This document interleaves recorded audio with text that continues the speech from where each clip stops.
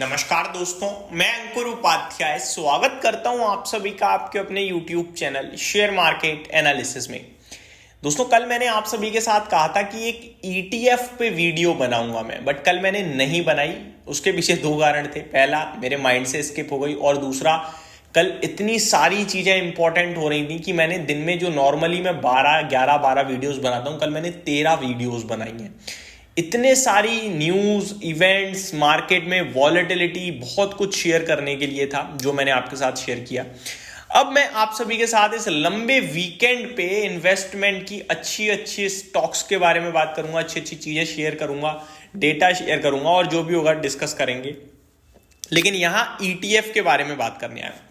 दोस्तों, बाजार गिर रहा है, जो भी आप समझ लो, टूट रहा है, क्रैश हो रहा है, करेक्शन हो रही है, प्रॉफिट बुकिंग है, गिर रहा है।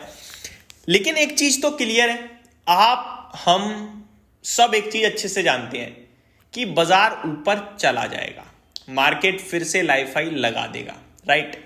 तो क्यों ना, बस देखो स्टॉक्स में क्या है, वॉलेटिलिटी ज्यादा होती है, ज्यादा पैसा बनता है तो टूटता भी ज्यादा है, रिस्क हाई होती है वहां पे, और जहां रिस्क हाई होती है वहां रिवॉर्ड भी हाई होता है। लेकिन इस मार्केट में, इस दर्दनाक मार्केट में लोग रिस्क लेने में डरने लगते हैं, तो नहीं लेंगे, हम छोड़ते हैं, खत्म खेल। क्योंकि क्या फायदा, आज मैं 100 रुपए पे ले भी लूं, कल 80 रुपए आ जाए, मेरे को बेचना पड़े। इससे अच्छा मैं एक ऐसी चीज लेता हूं ना जो 100 रुपए पे भी अच्छी लगेगी और 95 पे भी अच्छी लगेगी, 90 पे तो अल्टीमेट इतनी अच्छी लगेगी कि पूछो ही मत, और उससे ज्यादा गिरने की बात भी नहीं करते हम। क्योंकि ये कोई शेयर या कंपनी नहीं है जो खत्म हो जाए, ये पूरा देश है, और पूरा देश खत्म नहीं होने जा रहा। क्या आपको लग रहा है पूरा देश हमारा आर्थिक सिचुएशन से गुजरने वाला है और उसको सह भी नहीं पाएगा? एक होता है गुजरना, एक होता है सह ही नहीं पाएगा, तभी तो खत्म होगा। फाइनेंशियल क्राइसिस दिख रहा है आपको कहीं से कहीं तक, रोड पे जाके देखो आप, इतने आपको छोटे छोटे बिजनेस दिख रहे हैं, वो इतनी इनकम कर रहे हैं, सोचो। बड़ी कंपनियां बड़ा इनकम कर रही हैं, तो छोटे छोटे जो ये रोड पे खड़े हैं, ये इसलिए खड़े हैं क्योंकि लोग खर्च कर रहे हैं। और जब तक लोग खर्च कर रहे हैं तो इकोनॉमी में कैसे दिक्कत दिखती है आपको? मतलब भी नहीं है। व्यक्ति सुबह से शाम तक घर पे खाना खाता है, उसके बावजूद बाहर जाके कुछ ना कुछ टेस्ट के लिए खा लेता है। ये पैसा खर्च करना ही इकोनॉमी की स्टेटस दिखाता है। तो इकोनॉमी में जब तक आप पैसा खर्च कर रहे हो ना, तब तक कोई दिक्कत नहीं दिखती मुझे। अब आ जाते हैं दोस्तों, हम कैसे ETF खरीदें। देखो, ETF आपके लिए हर चीज का ऑलमोस्ट उपलब्ध है। फॉर एग्जाम्पल, निफ्टी का ETF उपलब्ध है, निफ्टी नेक्स्ट 50 का ETF उपलब्ध है, स्मॉल कैप इंडेक्स का ETF उपलब्ध है। फिर आपका म्यूचुअल फंड तो खड़ा ही है हर चीज के लिए, वहां भी मल्टी कैप फंड हो गई, मैं डिटेल में बताऊंगा, शॉर्ट में बता रहा हूं भी। मल्टी कैप फंड हो गया, फ्लेक्सी कैप फंड हो गया, या फिर गोल्ड अच्छा लगता है, सिल्वर अच्छा लगता है तो सिल्वर का ETF और गोल्ड का ETF भी उपलब्ध है। अब आ जाता हूं स्टॉक्स पे। टाटा ग्रुप अच्छा लगता है तो टाटा इन्वेस्टमेंट कंपनी है। अदानी ग्रुप अच्छा लगता है तो खैर इनका तो पर्टिकुलर नहीं है, बट अदानी एंटरप्राइज को हम कहते जरूर हैं कि इनकी फ्लैगशिप कंपनी है, वहां ध्यान दे सकते हो। आदित्य बिरला ग्रुप अच्छा लगता है तो ग्रेजिम खड़ा है आपके लिए, उनकी होल्डिंग कंपनी, फ्लैगशिप कंपनी। तो हर चीज को आप एक चीज से प्ले कर सकते हो। मैं कहूंगा भूल जाओ सब कुछ, फोकस करो केवल कुछ चीजों पे। एक निफ्टी के ETF पे, दूसरा स्मॉल कैप के ETF पे, और तीसरा म्यूचुअल फंड में मल्टी कैप पे। अब क्या इंपॉर्टेंस है इनकी आपकी लाइफ में, आपके फाइनेंशियल वेल्थ में, चलिए समझते हैं। निफ्टी यानी कि भारत की टॉप 50 कंपनीज जो कि हमेशा रहेंगी, कोई खराब होगी तो निफ्टी अपने आप बाहर करेगा, दूसरा अंदर लेगा, ठीक है? तो आपको क्या करना है? कुछ नहीं, आपको तो सिर्फ निवेश करना है। निफ्टी ETF में डायरेक्ट निवेश के भी फायदे बताता हूं। अगर आप ETF की जगह म्यूचुअल फंड में जाके कुछ करोगे तो वहां पे आपको बिना बात के एक्सपेंस रेशियो वगैरह पे करने पड़ते हैं। यहां पे आपके हाथ में आपका पैसा है, आपके सामने चीजें हैं, आपको जब दिल कर रहा है उसी समय पैसा लगा दोगे आप, ठीक है? तो ये सबसे बेस्ट चीज होती है।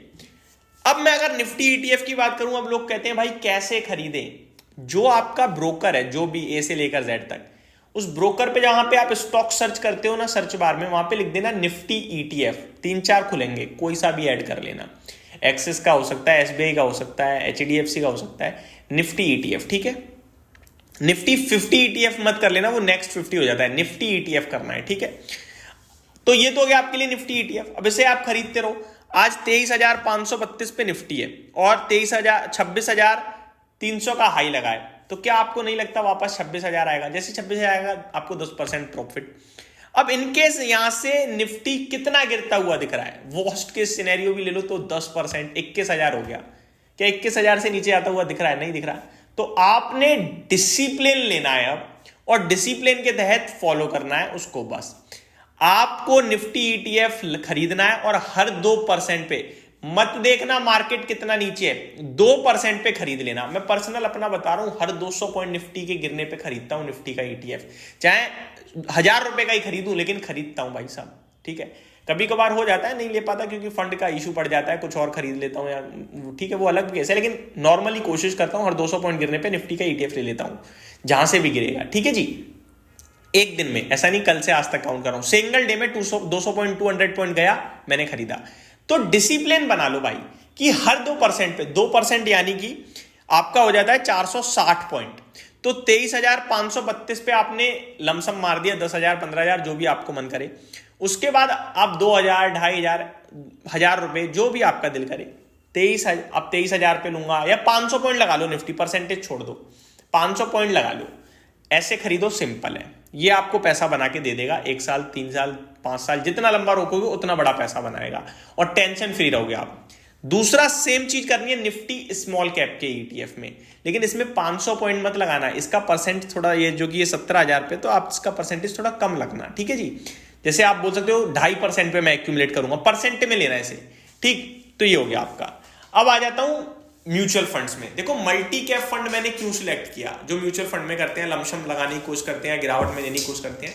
मल्टी कैप इसलिए क्योंकि ये पूरे मार्केट को कवर करेगा, स्मॉल कैप भी, मिड कैप भी और लार्ज कैप भी।